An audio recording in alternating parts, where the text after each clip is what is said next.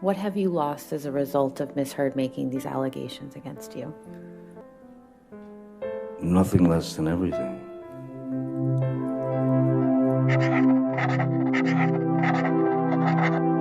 Harassment तो तब होती है जब आपको जो दो लोग के बीच में जो भी जिस चीज़ को वायलेट कर रहा होता है वो स्टेज तक पहुंच जाता है कि उसकी लीगल इम्प्लीकेशन आ चुकी होती है।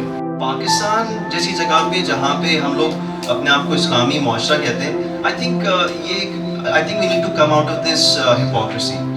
हम लोग I think we are more hypocrite than the मगरिब। हम लोग अपनी बंद जगहों पे ज़्यादा ऐसी हरकतें कर रहे होते हैं, वो खुली जगह पे कर रहे होते हैं, तो उनके जो इश्यूज़ है सामने आ जाते हैं, हमारे जो इश्यूज़ हैं छुपे रहते हैं, और फिर इस किस्म के इश्यूज सामने आते हैं जहाँ पे आप लोग को समझ ही नहीं आता कि जी Aamir Liaquat who has been known for a Islamic scholar, he's given a total different image to our scholarly people, right? So what are we really talking about? Where are we as a community, as a society?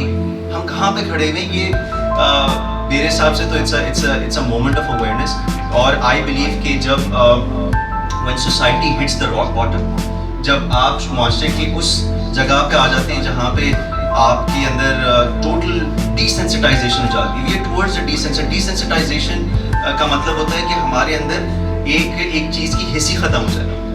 अब हिस्स ख़त्म हो रही है क्योंकि अब कोई problem ही नहीं है, तो जब आपकी हिस्स ख़त्म होना शुरू हो जाती है, आपके अंदर आपकी अवेयरनेस ख़त्म होना शुरू हो जाती है, that is the lowest form of the morality.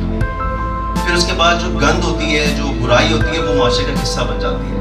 तो अभी जो अगर हम हरासमेंट की बात करें, मुआशरे का एक रियलिटी है। We have also come to a point that we have actually now started to आपकी जो फैमिली इंस्टीट्यूशंस, जो हमारे माँ बाप ने जो फैमिली इंस्टीट्यूशन की मुक़द्दस एक रिश्ता होता है, उसको भी अब हमने उसको पैमाल कर दिया। पहले हरासमेंट होती थी, हमें सुनने में आता था जी तारिक रोड पे चांद रात पे, मेरे ज़माने की बात है, where was you used to get harassed? Public spaces में कभी कभार आपको नजर आती है, जिसे हम ईव टीजिंग कहते थे, am I right? Eve teasing किसे कहते हैं उर्दू में? छेड़ना, लड़कियों को छेड़ने की एक कॉन्सेप्ट था 80s के अंदर, 90s के अंदर, ये लड़कियों को छेड़ा जाता था। और अब जो है वो अब मामला इधर आ चुके हैं कि अब हम एंटी हरासमेंट लॉज और लीगल केसेस और मैरिटल रेप्स और इस किस्म की बातों पर आ गए। So there is a sense of moral decline, and I want to talk about that as something कि harassment की prevention cannot happen until unless we do not have awareness for it. I think needs to begin with your self-awareness, and self-awareness is whenever you are interacting with anybody, either it's a male or a female, what is most important is that कि आप अगले के बारे में क्या राय रखते हैं। अगर कोई औरत अगर किसी मेल डोमिनेंट जगह पे अगर आती है, तो मर्द उसको किस निगाह से देख रहा है, इसके ऊपर बात नहीं होती है। हरासमेंट तो निगाह से स्टार्ट होती है, राइट? और निगाह से अगर आप पहले अगर बात करें तो निगाह में प्रॉब्लम इसलिए होती है क्योंकि हमारे अंदर इतना शऊर अभी तक पैदा नहीं हुआ है।